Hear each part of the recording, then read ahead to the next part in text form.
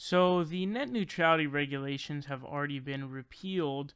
There was a massive outcry through the process of net neutrality getting repealed because the repealing of net neutrality is possibly one of the dumbest possible things that you can do. Now, it's interesting that PragerU decided to make a video now. I'm not really sure. Maybe they wanted to dodge the backlash, but to be 100% honest with you, I really have no idea why they made it now. But as you can expect, it is a complete shit show. But let's I'm going to show you guys the video and then I'm going to talk about it. Net neutrality means that the government will, one day, control the internet. Wait a second, I can hear you saying, that sounds bad. But almost everyone you know says that net neutrality is good. Doesn't neutral mean that no one is picking winners and losers? That everyone is equal?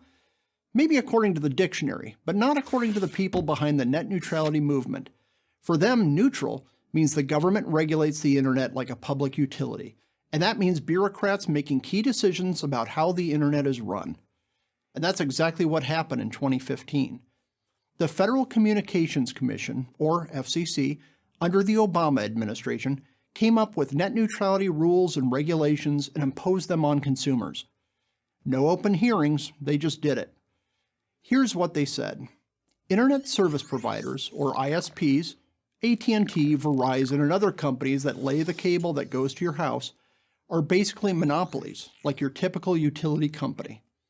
To prevent abuse of this position, net neutrality rules prohibited them from charging websites different prices no matter how much or how little bandwidth they use. But this is exactly the opposite of what utilities are allowed to do. Electricity providers, for instance, are allowed to create pricing tiers. The more you use, the higher the price goes. If you use significantly more power than your neighbor, you pay more for the privilege. Net neutrality forces ISPs to charge all users the same price no matter how much data they send through the internet. It's a bad idea. Here's why. The internet consists of a physical infrastructure of cable and phone lines that carry the data. We call it bandwidth. But of course, there's a limit to how much data it can carry. In 2014, just two companies, Netflix and Google, which owns YouTube, consume more than 52% of the total bandwidth of the entire internet. All those data-heavy movies and videos clog up the pipe. To combat this massive resource drain, the ISPs floated the idea of creating fast lanes, bandwidth that would be dedicated to the big users in exchange for higher usage rates. You use more, you pay more. Believe me, I'm no fan of ISPs, but shouldn't they be allowed to charge companies more if they use more bandwidth? Furthermore, if companies like Google and Netflix have to pay higher prices for more bandwidth, they'll be motivated to find new ways to push more data through the pipe. And creative startups would no doubt see a great business opportunity to do the same thing. End result, more efficient, faster internet. Consumers win. The big bandwidth users didn't see it this way. Instead, they lobbied for the new rules to prevent the ISPs from charging them differently than anyone else. Naturally, they want to pay as little as they can for bandwidth, so they mounted a big PR campaign to convince the public to back the new regulations. And it worked. How could it fail with a name like net neutrality? They argued that without regulations, a very small number of companies, the ISPs, would wield enormous censorship powers. Our free speech would be in jeopardy. Ironically, the only companies that have been censoring content are many of the same ones that want net neutrality. Google, YouTube, Facebook, Twitter, the big users, companies that, coincidentally, had a very close relationship with the Obama administration. YouTube's parent Google had more than 427 meetings at the Obama White House during his presidency, a rate of more than one per week. All those visits apparently paid off. Following decades of exploding internet growth, the government suddenly interjected itself with a bunch of new rules to stop a non-existent threat. Those rules were rescinded in 2018 when the FCC rolled back the Obama-era regulation under the principle that innovation would be much more likely to happen if the government got out of the way. In other words, the FCC returned the internet to its pre-2015, pre-net neutrality state. Sounds like common sense, right? Just leave the internet alone and let tech do its thing. Unfair or bad faith practices by ISPs, should they occur, can be addressed by existing antitrust laws, as they always have. But all that followed the rollback decision was hysteria. Taking away hashtag net neutrality as the authoritarian dream, actor Mark Ruffalo intoned. Authoritarianism used to be when the government forced its will on the people. Now, according to Hollywood activists, it's when it doesn't. Or let's put it another way. If you want the current or any other administration to control the internet, you're for net neutrality. If you want the internet to remain free of government meddling, you're against it. I'm John Gabriel of Ricochet.com for Prager University. All right, so this video is very, very horrible. Now, the truth about this video is the person who's presenting the argument doesn't really say much. He sort of repeats the same thing in different ways multiple times. And on top of that, it's just filled with this underlying sentiment that government is bad, so let's get government out of the situation because government is bad. So it's ripe with anti-government sentiment. Now, the main problem with this whole video is that it is lying on a foundation of an incorrect idea. Now, what is this incorrect idea? This idea is, where he essentially states that net neutrality is the ensuring that ISPs cannot charge more for more data usage. They will have to charge the same for all data usage. Now, this is completely false. And this is the problem with people who don't know shit about the internet and how it works, but try and talk about net neutrality. I had talked about Steven Crowder's idiotic analogy that he made that's completely inapt. And so when you start getting to really confusing topics like net neutrality that the general population doesn't really understand, a lot of people will make analogies to dumb it down. And they make inapt ones that don't make sense. So Steven Crowder's was that, this mail and this kettlebell have to get to the recipient of these items at the same time. That is false. That is 100% false. The purpose of net neutrality is this.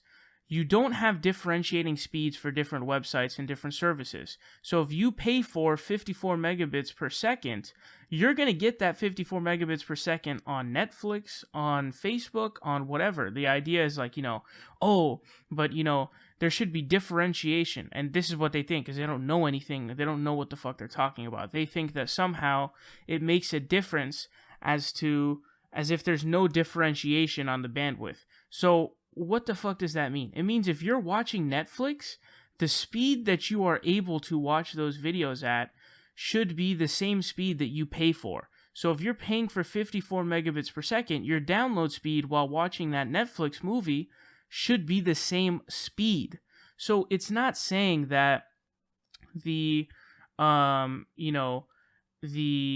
watching a movie should be as fast as it is to upload it, to going onto a website. When you go onto a website, it's going to load faster because there's less information to load. But the speed per second at which you load information needs to be the same, because otherwise it is discrimination that will destroy legitimate free market, businesses and different things, and the free market system that we have. Now, first of all, there's already a monopoly in so many areas. Most areas only have one or two internet service providers to choose from, so that automatically means we need to regulate and protect the consumer, because anytime there's that much of a monopoly, it is definitely ripe time for the government to come in and regulate, because the consumer is in danger. Number two, a company like Netflix, which, again, these net neutrality rules have already been taken off, which sucks ass. But the next Netflix may not be able to become the next Netflix. Why is that? So it's because these companies are going to start making deals with each other, because ISPs can make deals with these companies, sometimes buying them out, and then you can say, okay, we signed this deal. Essentially, you throttle the other websites because there's no protections against it. Now, why would you do that? Which one would you rather watch? Would you rather watch a, movie service provider like Netflix, which has very fast, you get the speed that you actually pay for? Or would you rather have a throttling, a service provider, a movie service provider that is being throttled to where you're just continually buffering because the internet service provider has discriminated against that service and made it so that the megabits per second rate is slower than it is for Netflix. Well, you're going to watch Netflix because who the fuck has the time or desire to go through and actually watch a movie that buffers a trillion gazillion times? Nobody wants to do that. So what are you doing in the process of doing that? You are stifling competition. You are ruining competition. You are making it unfair. You are further going to corporatism. You are further going into the realm of monopolies, and competition is stifled in monopolies. That's what I don't understand. Any real free market capitalist should be in favor of this because this is going to stifle competition. That's what it's going to do. And the fact that this douchebag is talking about, he's going to talk about, the lobbying that these at Google and these other, companies are doing, while totally overlooking the fact that who's lobbying the government, who is the other side that's lobbying? Verizon, AT&T, the internet service providers, because they're the ones who want to be able to throttle. So that's why you have a GPI. It's crazy that we have people from industry going in and becoming the regulators of those industries. I'll never understand that. It doesn't make any sense. We are further moving towards corporatism because this shit is becoming a monopoly, stifling competition, and it just doesn't make any sense at all whatsoever. But the fact that so many of PragerU's fans actually enjoyed this video and find it to be factual further proves why PragerU is just a joke. But not only are they a joke, but their audience is a complete joke too. But if you honestly buy the bullshit of net neutrality still to this point, and believe that it's not, if you don't understand that what net neutrality is that whatever speed that you pay for, that speed needs to apply to every service you go to. So whether you're on Netflix or whether you're on Facebook, whether you're on YouTube, whether you're on Google, what should happen? It should go at the same speed. It shouldn't arrive at the same time, but it should load at the same exact speed. So it should load at 54 megabits per second if that's what you pay for. So the Netflix movie isn't going to load as fast as a Facebook page because which one has more data and information on it? The movie. But what should happen is it should load at the same speed in terms of megabits per second because that's what you fucking pay for. And so I don't understand how a douchebag like this can even make a video this bad, but it is PragerU, so what can you expect, honestly?